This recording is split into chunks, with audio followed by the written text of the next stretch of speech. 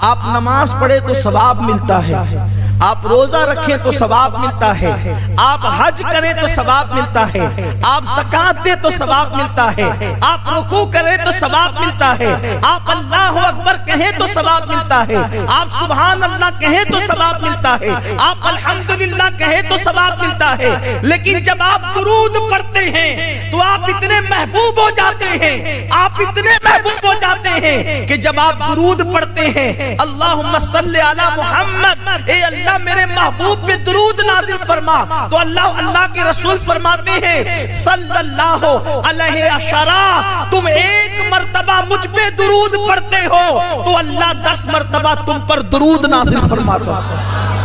یعنی انسان تو کتنا مقرب ہو جاتا ہے اللہ کا کہ تو ایک بار حضور پہ درود پڑھے تو اللہ تجھ پہ 10 بار پڑھے۔ اللہ تجھے نہیں دیکھتا کہ تو شرابی ہے، تو جواری ہے، تو زانی ہے، تو جھوٹا ہے، تو غیبت کرنے والا ہے، تو چغل خور ہے۔ بس اگر مومن ہے ایک بار حضور پہ درود پڑھا تو اللہ 10 بار تجھ پہ درود نازل کرے۔ جس پہ اللہ درود بھیجے وہ کتنا مقرب ہوگا۔ اور درود کب ملتا ہے؟ نماز پڑھنے سے نہیں ملتا درود۔ اللہ نماز پڑھنے پہ ثواب بھیجتا ہے، نماز پڑھنے پہ ثواب بھیجتا ہے، درود پڑھنے پہ درود بھیجتا ہے۔ اب جس پہ خدا درود پڑھے، جس پر خدا درود پڑھے، اللہ کا پڑھنا ہماری طرح نہیں ہے، اللہ کا پڑھنا ہماری طرح نہیں ہے۔ ابھی آپ نے سنا نا کہ اللہ تعالیٰ کیسے درود پڑھتا ہے، کیسے درود بھیجتا ہے۔ وہ فرشتوں کی محفل میں نبی کا احترام اور بزرگی بیان کرتا ہے، لیکن جب امتی درود پڑھتا ہے تو اللہ اس کی بھی شان فرشتوں میں بیان کرتا ہے اور اس پہ رحمتیں نازل فرماتا ہے۔ سوچو زبان قدرت پر تیرا نام آ جائے تیری شان کیا ہے۔ زبان قدرت پر اور کب آتا ہے؟ جب تو درود پڑھتا ہے، جب تو دیکھا درود کتنا مقدس اور مقرب عمل ہے۔ امام المتکلمین مولانا نقی علی خان رحمت اللہ علیہ فرماتے ہیں کہ بدنی، مالی اور قولی عبادت سے، یہ بدن کی عبادت، مال کی عبادت اور قول کی عبادت، ان ساری عبادتوں میں، نفلی عبادتوں میں درود سے بڑھ کر کسی کا مرتبہ نہیں ہے۔ سب سے بڑا مرتبہ درود شریف کا ہے، بلکہ فرض نمازوں کے بعد اگر سب سے بڑا رتبہ کسی کو حاصل ہے تو وہ درود شریف کو حاصل ہے۔ نماز پڑھ رہا ہے، نماز پڑھتے پڑھتے اچانک دل میں خیال آیا کہ مجھے تو نور محمد بھائی دیکھ رہے ہیں، مجھے تو حافظ غفران صاحب دیکھ رہے ہیں کہ میں کتنی اچھی نماز پڑھ رہا ہوں۔ اللہ کہتا اٹھا تیری نماز، اور منہ پہ مار دیتا ہے۔ اللہ تعالیٰ نماز رد کر دیتا ہے۔ کیوں؟ اس لیے کہ دکھاوا کیا، زکات دیتے ہوئے دکھاوا کیا کہ لوگ مجھے سخی کہے۔ اللہ زکات کا ثواب نہیں دیتا، اس کو منہ پہ پھینک مارتا ہے۔ رکوع کیا، اچھا رکوع کیا تو اگر دکھاوا کیا تو پھینک مارتا ہے۔ لیکن قربان جائے محبوب کی عظمت پر، اگر کوئی درود شریف دکھانے کو پڑھے، ریاکاری کے طور پہ پڑھے، تو اللہ رد نہیں کرتا تو بھی قبول کرتا ہے۔ اور کہا جاتا ہے کہ بندے اب تیری ریا کو نہیں دیکھوں گا، محبوب کی ضیا کو دیکھوں گا۔ تیری ریا نہیں دیکھی جائے گی، اب حبیب کی ضیا دیکھی جائے گی، اور ان کے روح کے بددعا کے صدقے تجھے ثواب عطا کیا جائے گا۔ اسی لیے حضرت ابی ابن کعب رضی اللہ تعالیٰ عنہ حاضر ہوئے، عرض کیا یا رسول اللہ صلی اللہ تعالیٰ علیہ وسلم، میں چاہتا ہوں کہ اپنے 24 گھنٹوں کے 4 حصے کروں اور ایک حصہ میں درود شریف پڑھتا رہوں، آقا کیسا رہے گا؟ سرکار فرماتے ہیں بہت اچھا ہے، اگر اس میں زیادتی کرو تو اور بہتر ہے تمہارے لیے۔ عرض کی یا رسول اللہ 24 گھنٹے کے آدھے حصے میں اب میں آپ پہ درود و سلام ہی پڑھتا رہوں گا۔ آقا فرماتے بہتر ہے، لیکن اس میں اور اضافہ کرو تو اچھا۔ عرض کی یا رسول اللہ پونا حصہ درود و سلام۔ آقا فرماتے بہتر ہے، اور زیادہ کرو تو اچھا۔ عرض کیا یا رسول اللہ فرض نمازوں کے بعد رات و دن میں صرف آپ پہ درود و سلام پڑھوں گا۔ آقا فرماتے ہیں اگر تو نے ایسا کر لیا تو اللہ تجھے دنیا کے غموں سے بھی آزاد کر دے گا، آخرت کے غموں سے بھی آزاد۔ اس لیے درود شریف پڑھنے کی عادت ہے۔ اور جب آقائے کریم صلی اللہ علیہ وسلم کا نام آئے تو بلند آواز سے صلی اللہ علیہ وسلم کہہ لینا یہ واجب ہے، کیونکہ آقا فرماتے ہیں سب سے بڑا بخیل وہ ہے جس کے سامنے میرا نام لیا جائے اور وہ مجھ پہ درود نہ پڑھے۔ آقائے کریم صلی اللہ علیہ وسلم کے دیوانوں، اس لیے درود پڑھنے کی عادت ڈالو، کم سے کم روزانہ 313 مرتبہ تو درود پڑھ ہی لیا کرو، 500 مرتبہ پڑھو تو اور اچھا، 1000 مرتبہ پڑھو تو اور اچھا۔ حضرت سیدنا قطب الدین بختیار کاکی رحمت اللہ علیہ اس وقت تک کہ آرام نہیں فرماتے تھے جب تک کہ 3000 مرتبہ درود نہیں پڑھ لیتے۔ 3000 مرتبہ درود پڑھنے کے بعد آپ آرام فرماتے تھے۔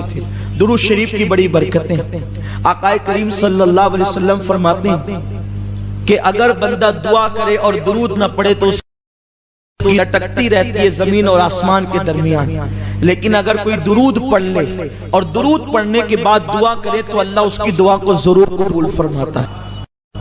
آقا فرماتے ہیں عرش کے نیچے ایک فرشتہ ہے جس کا سر عرش سے لگا ہوا ہے اور جس کے پیر تحت الثری میں ہے، جس کا ایک بازو مشرق کی طرف ہے اور دوسرا بازو مغرب کی طرف ہے۔ یہ حدیث میں وہ پڑھ رہا ہوں آپ کے سامنے آج جو میں نے اپنی زندگی میں سب سے پہلا بیان کیا تھا تو یہی بیان کیا تھا۔ اس وقت میری عمر 10-11 سال کی رہی ہوگی، میری زندگی کا پہلا بیان یہی ہے اور اس میں یہی میں نے روایت پڑھی تھی، مجھے آج بھی یاد ہے، وہ پورا بیان بھی آج بھی یاد ہے، پورا نہیں سناؤں گا، یہ حدیث اس میں سے سنا رہا ہوں۔ عرش کے نیچے اس کا سر ہے فرشتے کا اور تحت الثری میں اس کا پیر ہے، اس کا ایک بازو مشرق کی طرف ہے اور اس کا دوسرا بازو مغرب کی طرف ہے۔ جب کوئی بندہ مومن آقا پر محبت کے ساتھ درود پڑھتا ہے تو اللہ اس فرشتے کو حکم دیتا ہے کہ وہ نور کی دریا میں گوتا لگائے، تو فرشتہ نور کے دریا میں گوتا لگاتا ہے اور باہر آنے کے بعد وہ اپنے پروں کو جھاڑنے لگتا ہے۔ بتائیں اگر کبوتر اپنے پروں کو دریا میں ڈوب کر جھاڑے تو کتنے قطرے گن سکتے ہیں؟ نہیں گن سکتے۔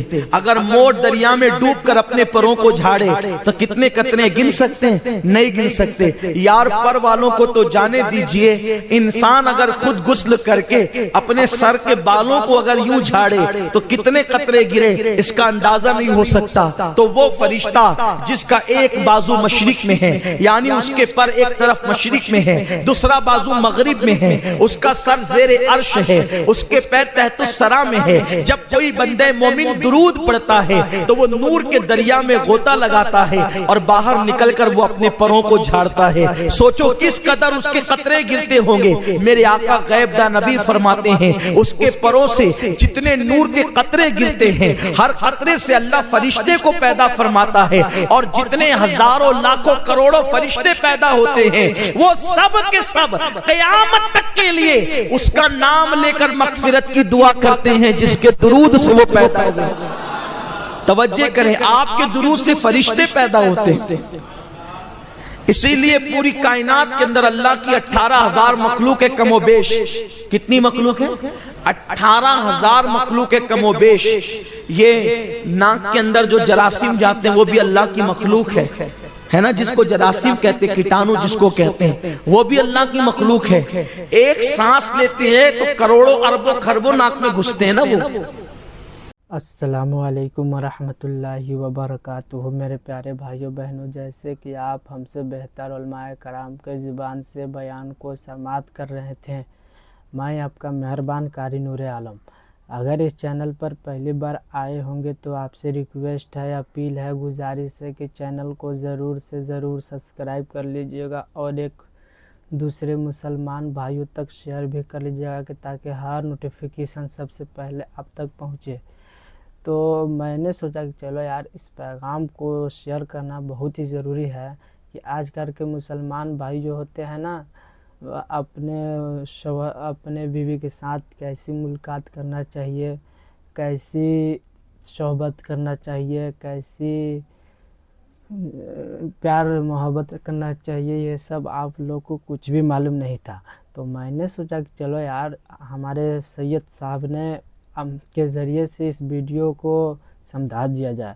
تو میرے چینل پر پہلی بار آئے ہوں گے تو ضرور سے ضرور سبسکرائب کر لیجئے گا اور اس لیے کہ ہم سے بہتر علماء کرام کی زبان سے بیان کو سماعت کر رہے تھے، جن کا نام ہے محمد مفتی اعظم و فخر اعظم محمد سید امین القادری صاحب، جو کہ بہت ہم سے بہتر علماء کرام کے اگر آپ شروع سے اینڈ تک دیکھے ہوں گے نا تو کافی آپ لوگ کو بہترین طریقے سے مکمل طریقے سے سمجھ میں آ گیا ہوگا۔ تو میں بس یہی کہنا چاہ رہا ہوں کہ میں نے سوچا کہ چلو یار، اور اگر پہلی بار آئے ہوں گے تو چینل کو ضرور سبسکرائب کر لیجیے گا، اس لیے کہ ہم آپ لوگ کو ویڈیو پہنچانے کو کام کرتے ہیں، انشاءاللہ کرتا ہوں اور کرتا رہوں گا اور قیامت تک کرتا رہنا ہے۔ تو آپ لوگ ہمارے چینل میں جوائن ہو جائیے جلد سے جلد، اور ایک دوسرے کے پاس شیئر بھی کر لیجیے گا تاکہ کیسی رہنا چاہیے ایک دوسرے اپنی بیوی کے ساتھ۔